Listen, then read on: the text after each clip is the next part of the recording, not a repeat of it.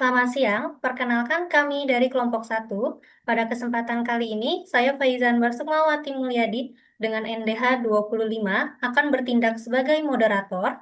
Sebelum kita memulai diskusi, saya persilakan kepada rekan-rekan sekalian untuk memperkenalkan diri terlebih dahulu.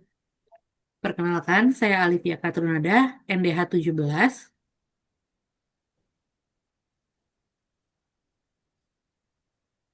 Perkenalkan, nama saya Katrina Karaisa, NDH 21.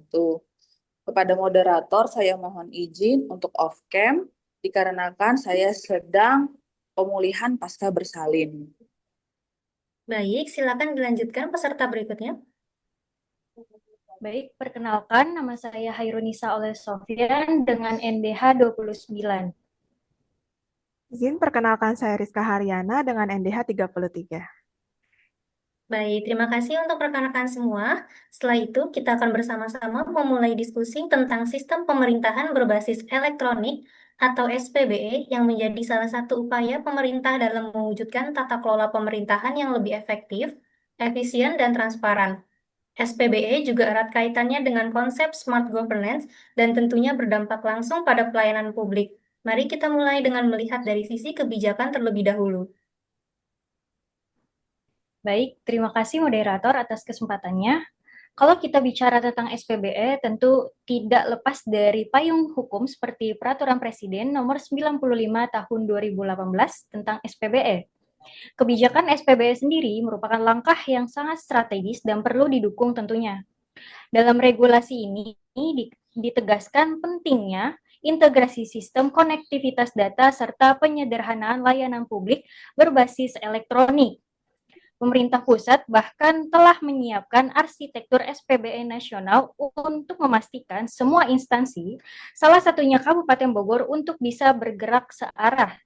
Jadi, secara kebijakan, SPBE memang sudah menjadi prioritas nasional dalam reformasi birokrasi digital. Dengan kebijakan SPBE ini akan mendukung ASN seperti kita untuk bertransformasi menjadi smart ASN. Betul sekali. Nah, tapi implementasi di lapangan masih menghadapi tantangan, terutama di sisi infrastruktur. Beberapa daerah sudah memiliki aplikasi layanan digital, tapi sayangnya aplikasi-aplikasi tersebut masih sering berjalan dengan sendiri-sendiri, tidak terhubung satu sama lain, atau biasa disebut dengan silo. Nah, kondisi ini membuat masyarakat tuh bingung karena harus menggunakan banyak aplikasi untuk satu jenis layanan. Padahal sebenarnya prinsip SPBE itu sendiri adalah integrasi dan kemudahan akses data. Nah, selain itu, keamanan data dan jaringan juga jadi hal penting. Kalau infrastruktur teknologi informasi dan komunikasinya tidak dapat diandalkan, maka layanan berbasis SPBE akan sulit diakses oleh masyarakat, apalagi di wilayah yang konektivitas internetnya belum merata. Kalau bicara integrasi, saat ini kita masih sering melihat duplikasi aplikasi. Satu layanan bisa punya banyak aplikasi yang tidak saling terhubung. Akibatnya, data ASN atau data kependudukan, misalnya, tersebar di berbagai sistem tanpa sinkronisasi. Padahal SPBE menekankan satu data, satu sistem layanan yang terpadu.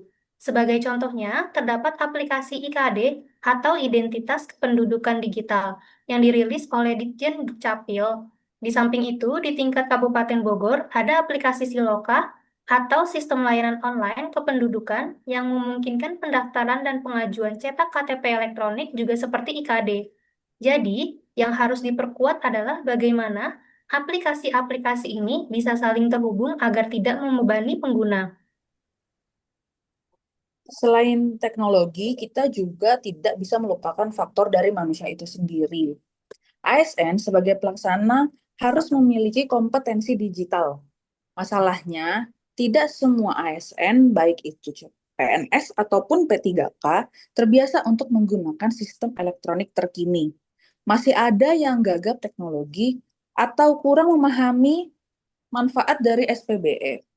Maka dari itu, pelatihan, peningkatan kapasitas, serta manajemen talenta ASN menjadi kunci dari keberhasilan SPBE. Tanpa ASN yang melek digital, secanggih apapun aplikasinya, sebagus apapun integrasi data, infrastruktur, serta kebijakan, tentu saja SPBE tidak akan berjalan secara optimal.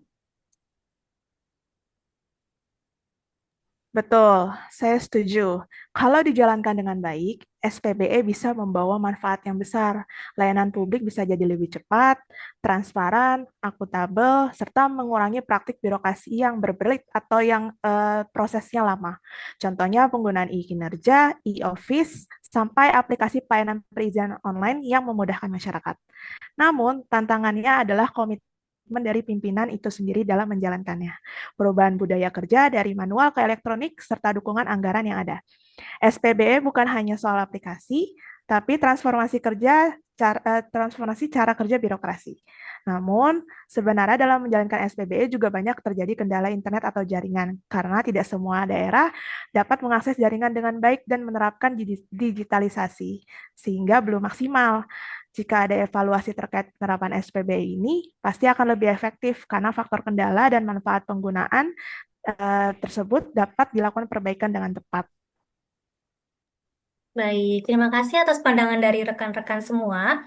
Jadi, kita bisa simpulkan bahwa keberhasilan SPBE ditentukan oleh 3 hal utama, yaitu dukungan regulasi dan kebijakan, kesiapan infrastruktur teknologi, serta peningkatan kapasitas ASN. Kalau ketiganya berjalan seimbang, maka SPBE akan benar-benar mendukung smart governance dan pelayanan publik yang lebih baik. Semoga diskusi hari ini bisa menambah wawasan kita semua dalam mengimplementasikan SPBE di lingkungan kerja masing-masing. Sekian dari kelompok 1 yang dapat disampaikan. Mohon maaf bila terdapat kesalahan kata, kami ucapkan terima kasih.